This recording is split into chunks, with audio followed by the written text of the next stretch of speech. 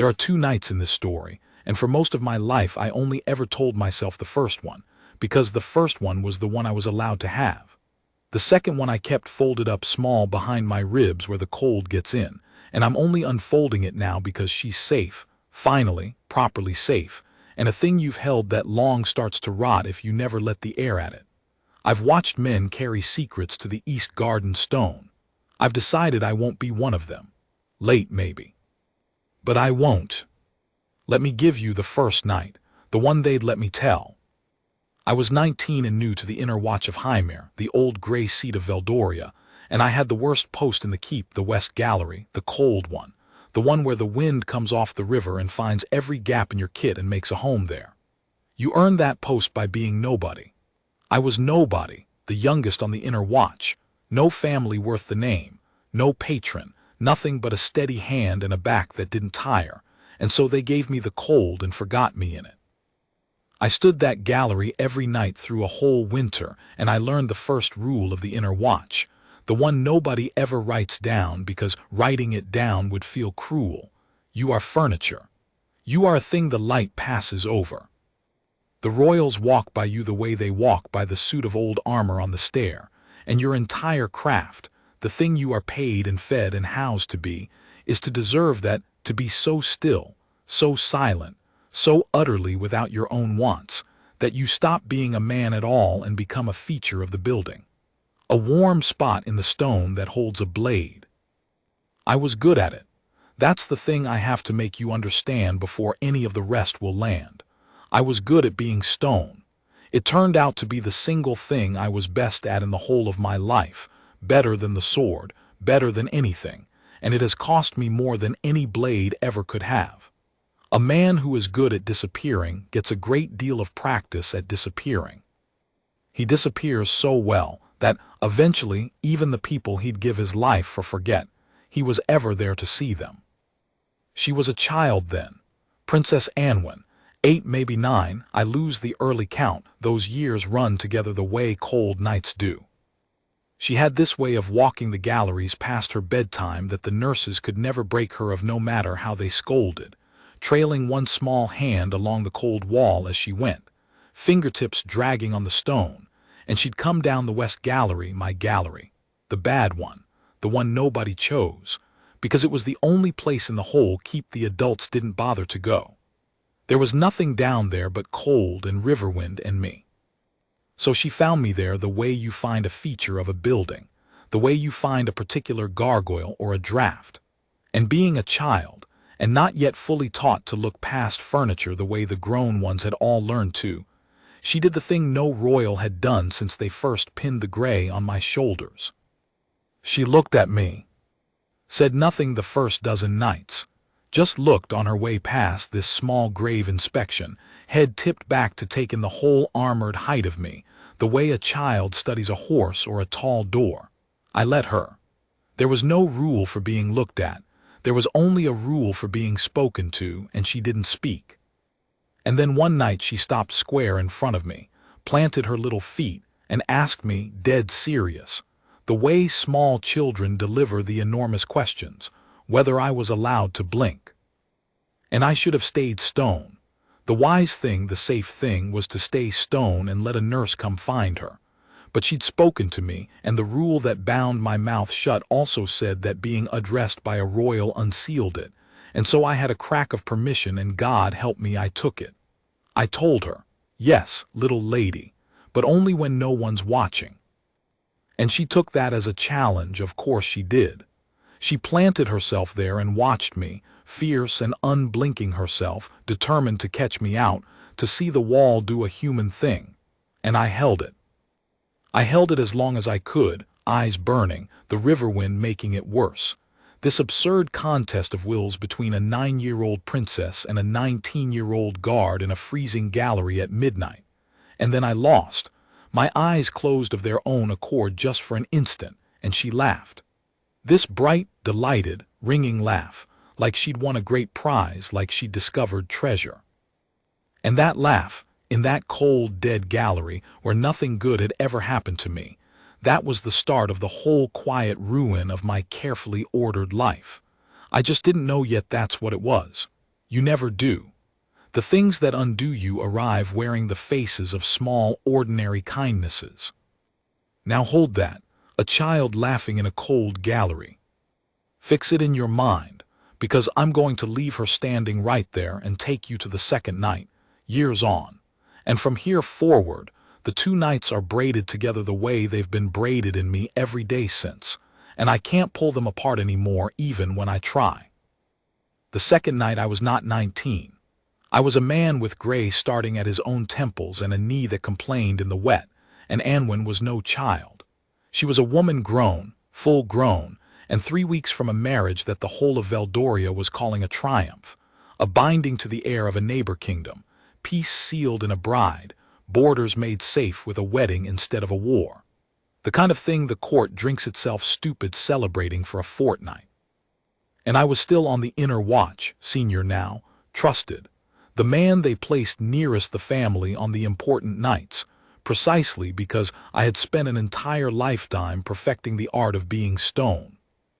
That's the cruelty sitting at the very center of this, and I want you to feel the shape of it. They trusted me with her because I had never once, in all those years, let it show that I saw her. They would have moved me before dawn if they'd had the first idea what the stillness had truly cost me, that a man can stand furniture, still for 20 years beside a person, and watch her grow from a child who asked if he was allowed to blink into a woman about to be handed across a border for the sake of a treaty, and feel the whole of it, every single year, the laughter and the loneliness and the slow hardening, and let not one flicker of it reach his face. I'd grown so practiced at the stillness that not even she knew, especially she didn't know. To her, I was the same kind gray wall she'd grown up trailing her hand along, gone older, gone grayer, but a wall. She had no notion that the wall had been awake the entire time, that it had watched, that it had ached, in its slow stone way, on every one of her bad nights, and never told her, because telling her was the one thing the rule and my own pride agreed I must never do. The protocol I broke on that second night, let me be exact about it, because the songs the kitchen staff and the younger guards have made of it since all get it wrong. They make it gallant, a bold guard, a daring rescue, a flourish. It wasn't gallant. It was the most frightened thing I have ever done in my life, and my hands shook the whole way through it, and I want that on the page instead of the song. There is a rule on the inner watch that stands above all the others, above even the rule about your mouth. You do not initiate. You do not approach a royal of your own will. You do not speak unbidden. You do not lay a hand on them, and you do not, God forbid, the very worst of it, pull one of them anywhere by your own decision. You wait to be moved. The entire structure of the watch rests on that single stone. A guard who decides for himself where a princess goes is no longer a guard at all. He's a danger wearing the gray, the exact thing the watch exists to stand against. We're drilled on it until it lives in the marrow under thought. You are the hand that waits. You do not choose. Choosing is for them.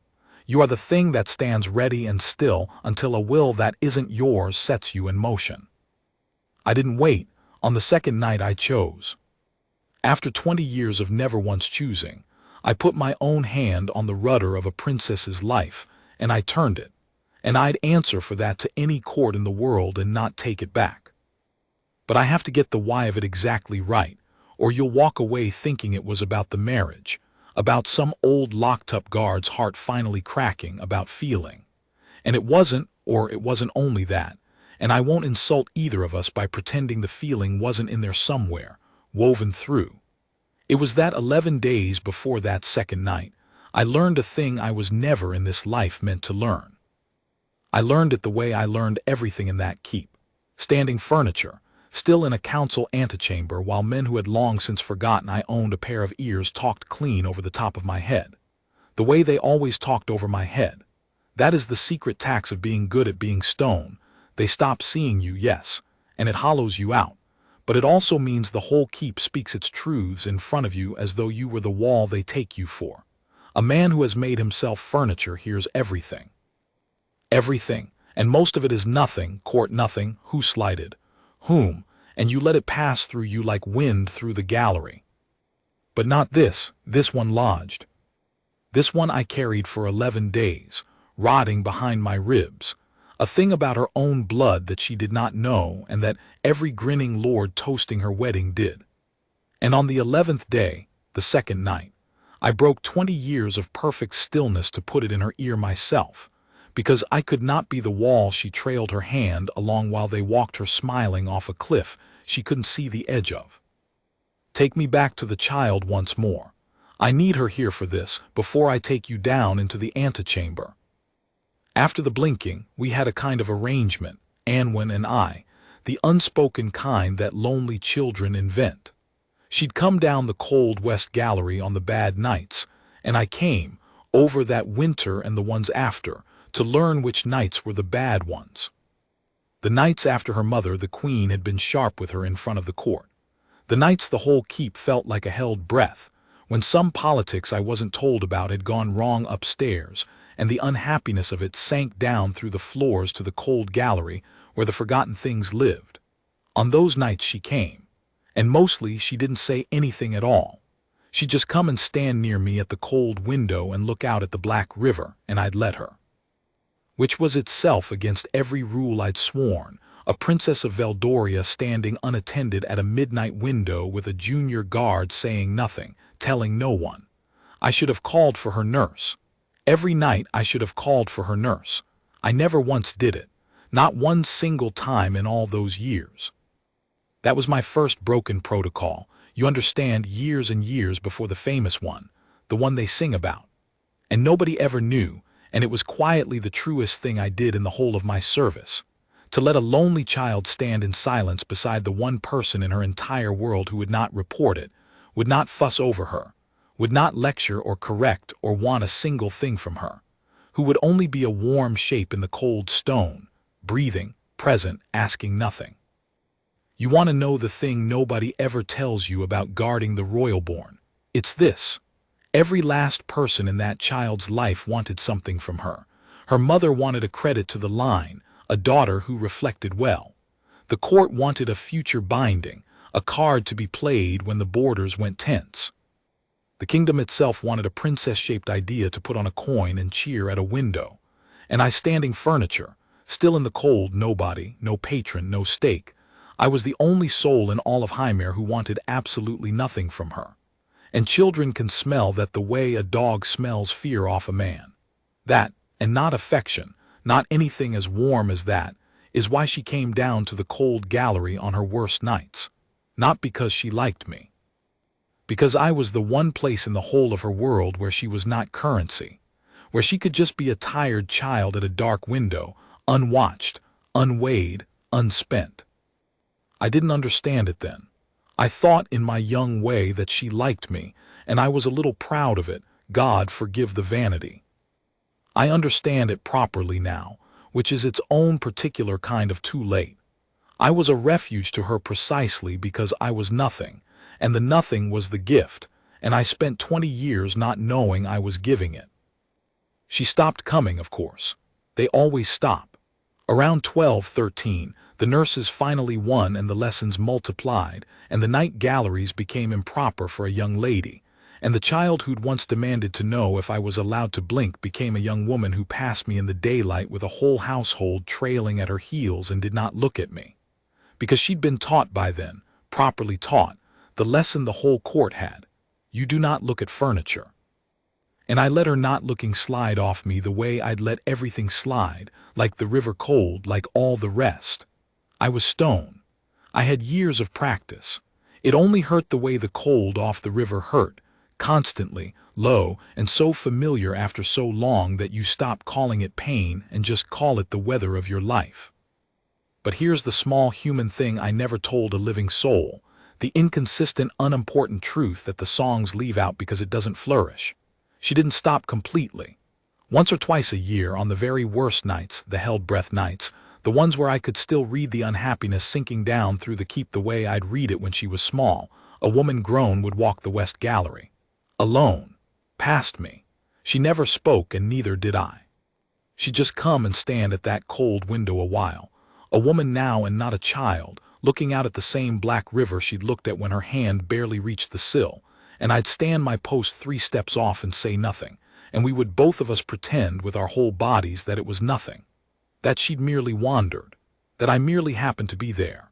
And then she'd go, and neither of us ever once acknowledged in daylight or in dark that it had happened at all. We did that for years. Two people who had agreed without a single word that some old wordless thing between a guard and a lonely child was permitted to go on surviving, in silence, in the cold, at a dark window, in the one corner of the keep that no protocol ever thought to come looking. That is the well I drew from on the second night. That's the whole of why, when the moment finally came, and I had 11 days of a terrible secret rotting behind my ribs and a princess walking smiling toward a marriage built on a lie about her own blood, that's why I broke. Not for love. Or not only for love. I'll not lie to you and say the love wasn't threaded through it, because it was. The slow stone kind that has no name and asks for nothing. But mainly it was this. Of every person in Hymere, I was the one who had stood in the cold and watched her be a person instead of a coin. I was the keeper of the one place she'd ever been free. And I could not, I found, on the 11th night, that I simply could not, be the wall she trailed her hand along while the people who saw her only as currency walked her off the edge of a cliff she had no way of seeing.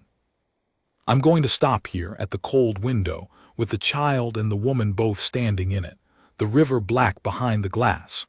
What comes next is the council antechamber, and the thing I heard while they talked over my head, and what blood she actually carried under the name they'd given her.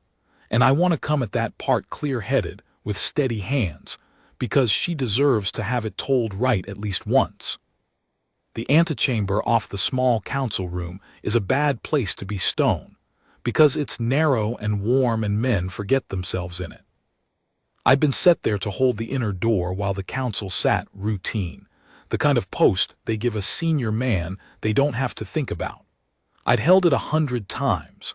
I expected another 100 nothing hours of standing in the warm dark hearing lords complain about grain prices. Then her name came through the door, and the shape of the voices around it was wrong, and I went still in the deeper way, the way where even your breathing learns to wait. I'm not going to dress up how I heard it, make it cleaner or more dramatic than it was.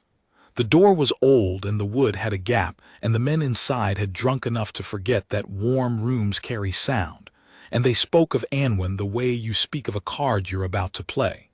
The marriage, the border, the binding, all of that I knew.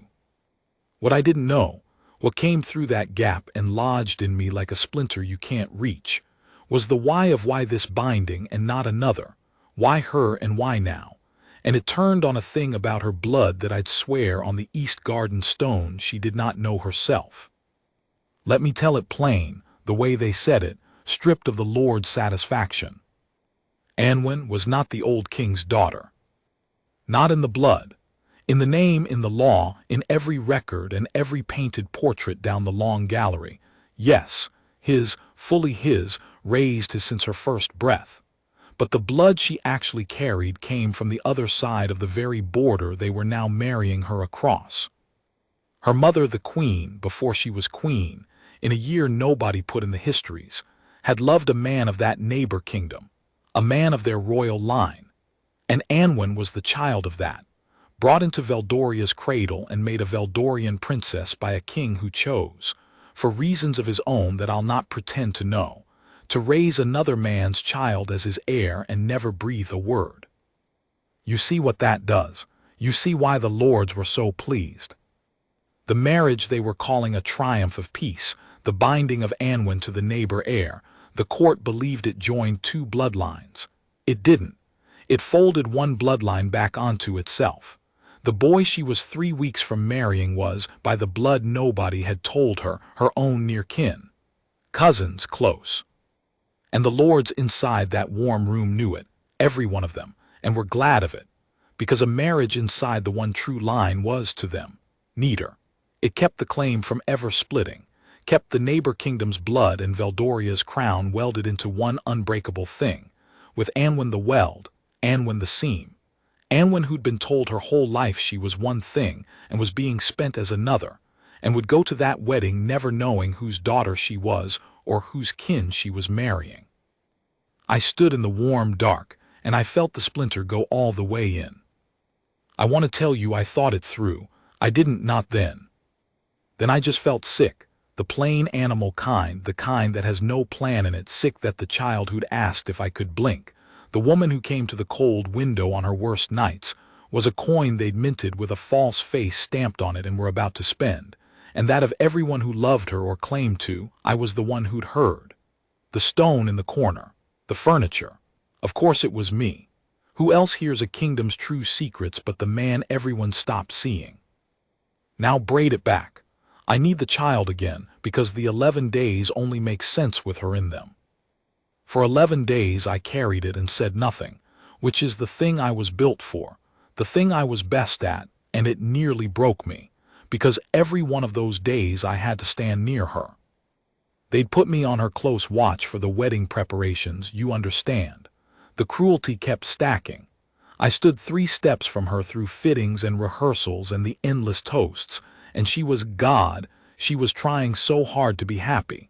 That's the part that got under the stone. She wasn't a girl being dragged to a marriage weeping. She decided, the way she decided things even as a child with her feet planted, to make the best of it, to do her duty to Veldoria with her chin up. And she'd half-talked herself into a kind of hope about the boy she was to marry. And I had to stand there being furniture and watch her build a small brave hope on top of a lie, and know the whole frame of it was rotten, and say nothing. On the worst of those 11 days, I caught her looking at me. Just once. In a corridor between fittings, her household momentarily ahead of her, she looked back at me, the way she hadn't truly looked since she was a child, this flick of the old gravity, and for 1 second I thought she knew, thought she could read the splinter in me the way she'd once read whether I could blink. She couldn't, of course. She just looked, some old tired thing reaching for the one warm wall from her childhood.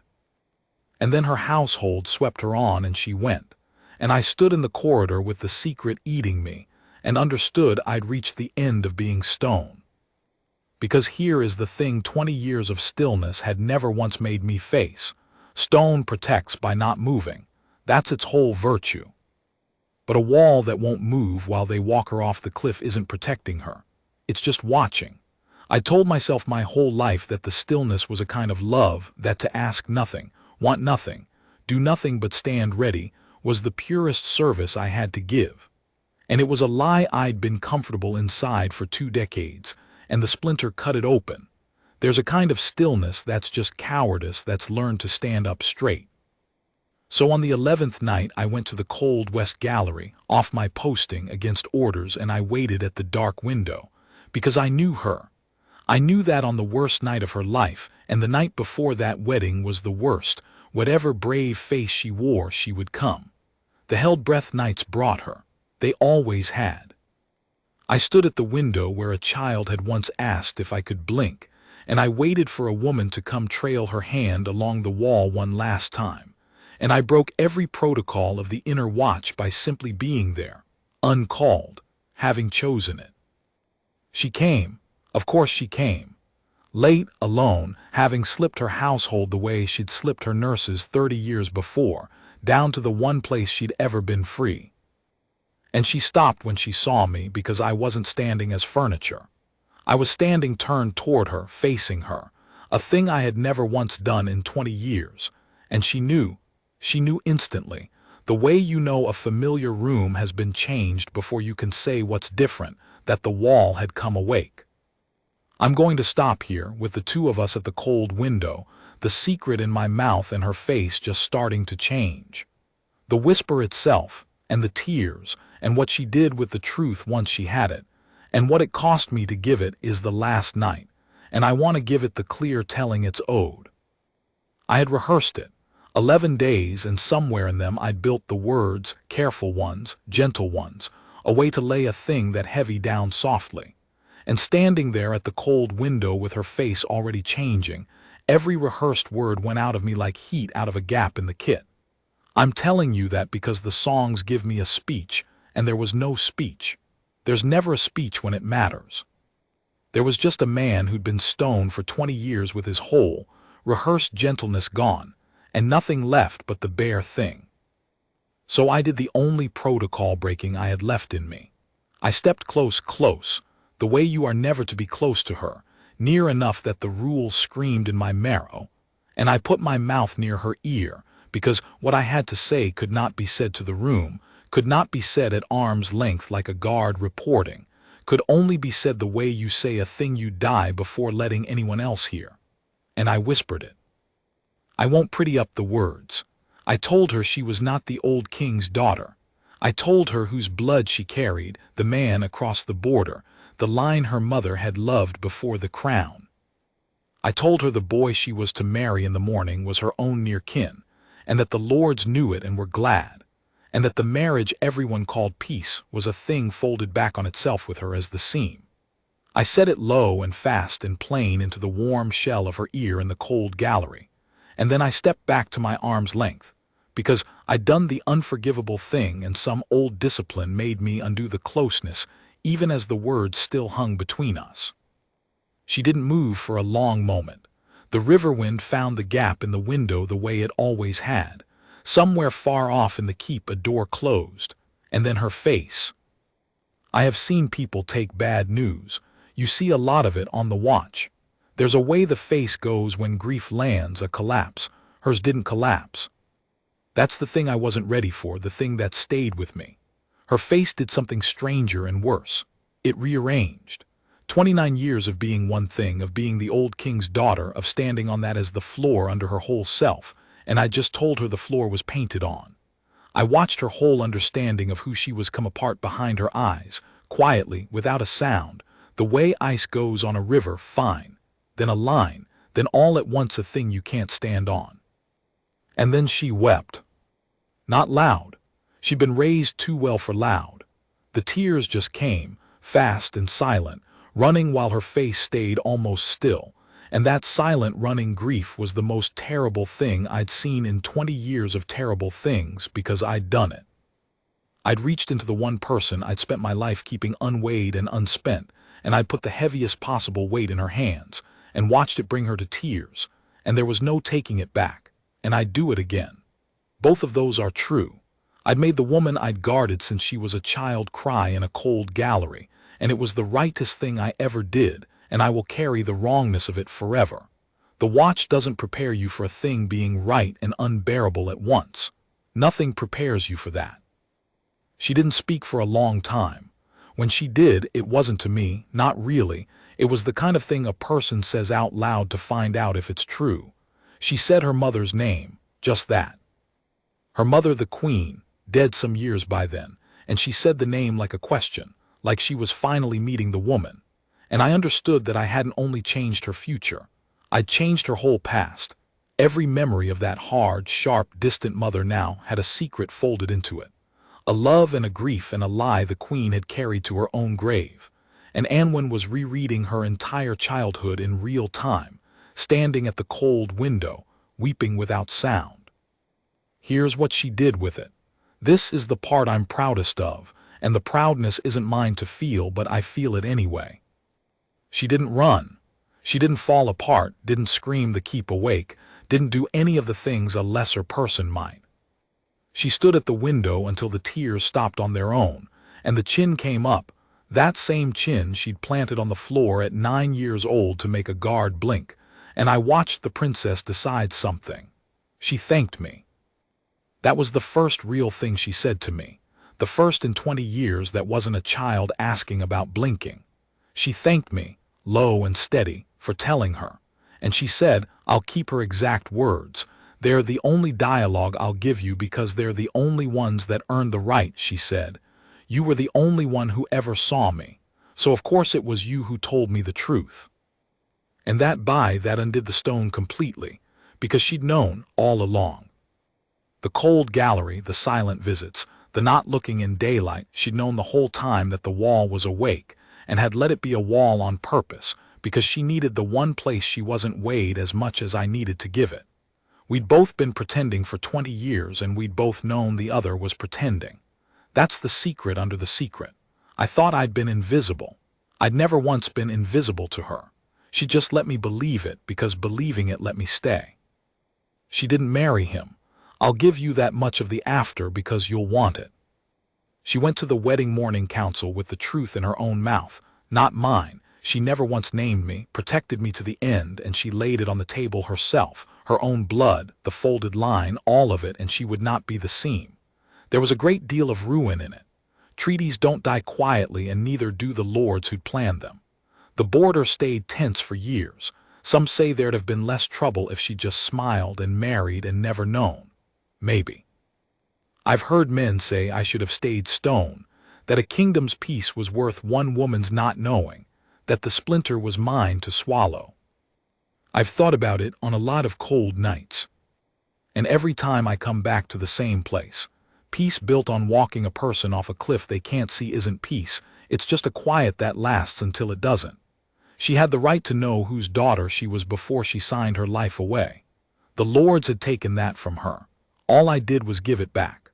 What she did with it was hers, and what she did was refuse to be spent, which is the thing I'd watched her be free enough to be, just once a year, at a cold window, her whole life.